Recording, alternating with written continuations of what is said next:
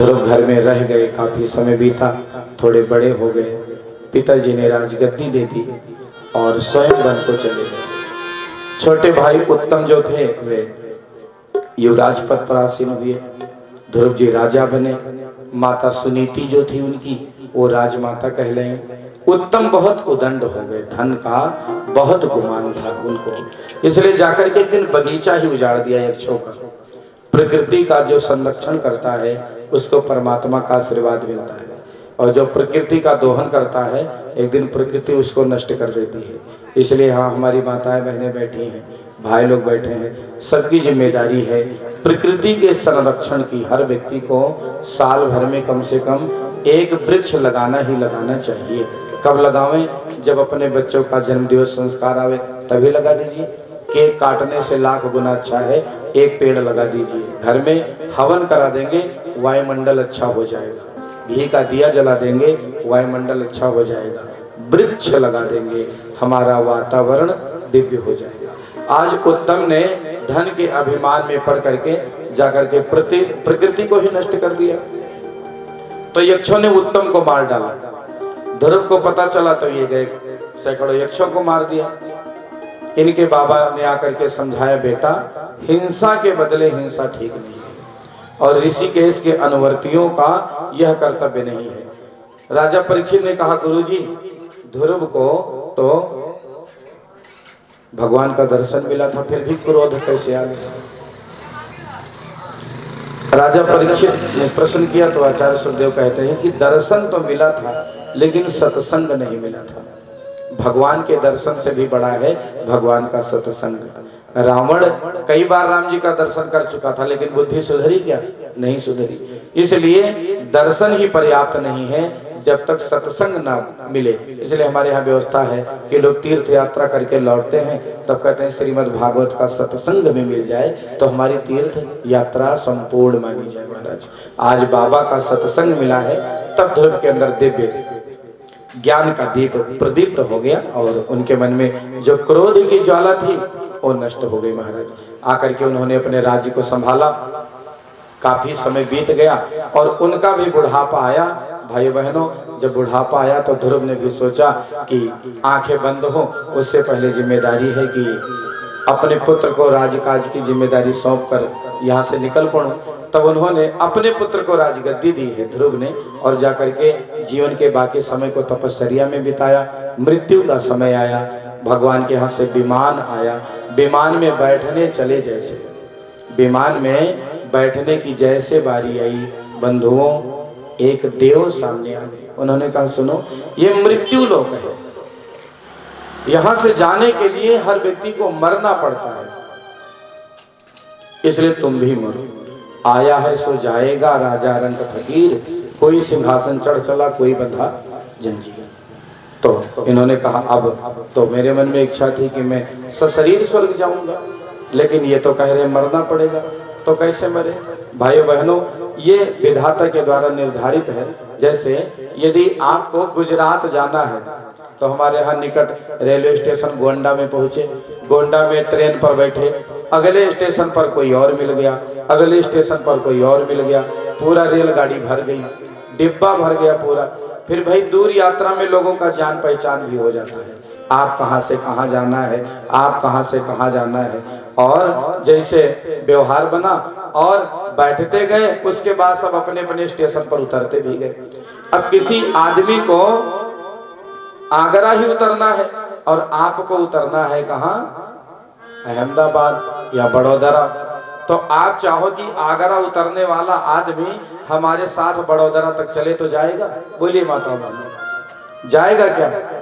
बोलिए भाइयों, जिस व्यक्ति को आगरा में उतर लेना है क्या वो हमारे साथ यात्रा करेगा वहां तक बड़ौदरा तक? कभी नहीं करेगा, क्योंकि उसकी यात्रा निर्धारित है कि कहां तक उसको यात्रा करना है, उतर लेगा। ट्रेन पर बैठे थे तब अकेले, फिर डिब्बे में कई लोग साथ में हो गए, सब उतरते उतरते लास्ट में हम भी अकेले ही उतरे। इसी प्रकार भाइयों बहनों हमारा जीवन भी है, प्रकृति के द्वारा परमात्मा के द्वारा निर्धारित है। संसार में हम आए तब अकेले थे, बड़े हुए, माता पिता को जाना पहचाना, पढ़े लिखे, इष्ट मित्र बने, विवाह हुआ, धर्मपत्नी जी आई, बच्चे आए, फिर बच्चों के बच्चे आए, माता पिता हमारे बूढ़े होने लगे। तब तक जिनको सबसे पहले पहचाना था वो जाने लगे। धीरे धीरे जिनसे रिश्ता जुड़ा था उनसे टूटना प्रारंभ हो गया। दीपक बुझने को जलता है।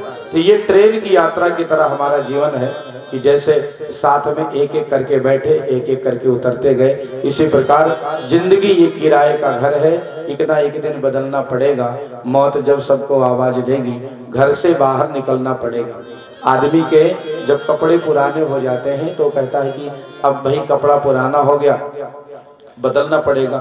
इसी प्रकार हमारी काया का भी कहते हैं कि आत्मा की कभी मृत्यु नहीं होती, लेकिन काया बदलती रहती है और कहीं ना कहीं वो बहाना, वो माध्यम व्यक्ति के सामने प्रकट हो जाता है। ये बात अलग है कि हम लोग उस बहाने को स्वीकार नहीं कर पाते।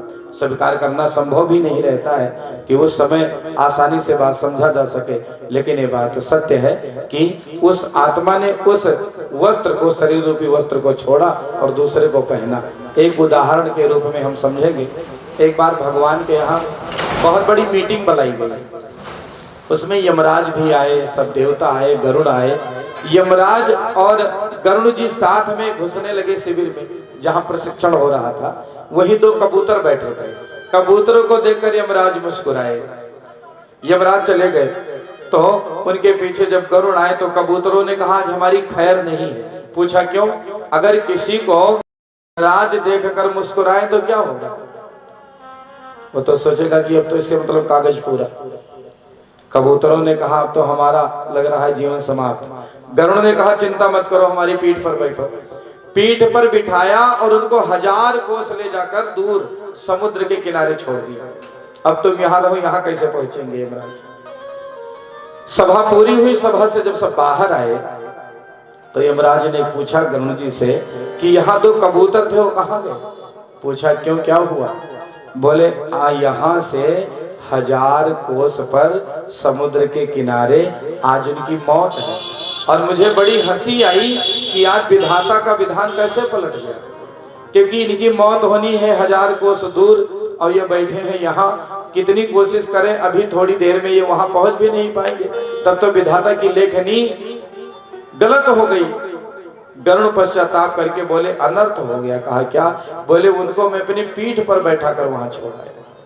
इसलिए भाइयों बहनों, जैसी भौतव्यता होती है वैसी घटना घट जाती है। या तो वो घटना व्यक्ति के पास आ जाती है या तो वहां बुला लेती है, माध्यम आ जाता है। तो उस प्रकार काल के गाल में व्यक्ति को समाना पड़ता है। हमारे कहने का तात्पर्य है कि ध्रुव जी के सामने भी यही घटना घटी कि मृत्यु देव आ गए। उन्होंने कहा कि आप सशरीर नहीं जा सकते, तो मरना पड़ेगा। भगवान के पार्षदों ने कहा सुनिए, संकेत में बता दिया। तब ध्रुव कहते हैं थोड़ा मस्तक नीचे करो। जैसे मस्तक नीचे किया, ध्रुव ने अपने चरण बढ़ाए और मृत्यु के ऊपर चरण रखकर कूद कर विमान में बैठ गए। टुकुर टुकुर मृत्यु देखता रह गया, काल देखता रह गया और वे विमान में सवार हो गए। विमान बहुत तेजी से उड़ा है भाइयों बहनों। ध्रुव ने भगवान के पार्षदों से कहा रुकिए रुकिए। कहा क्या है? बोली मेरी माँ जिसके संस्कारों के बल पर आज मैं यहाँ पहुंचा, वो तो पीछे रह गई।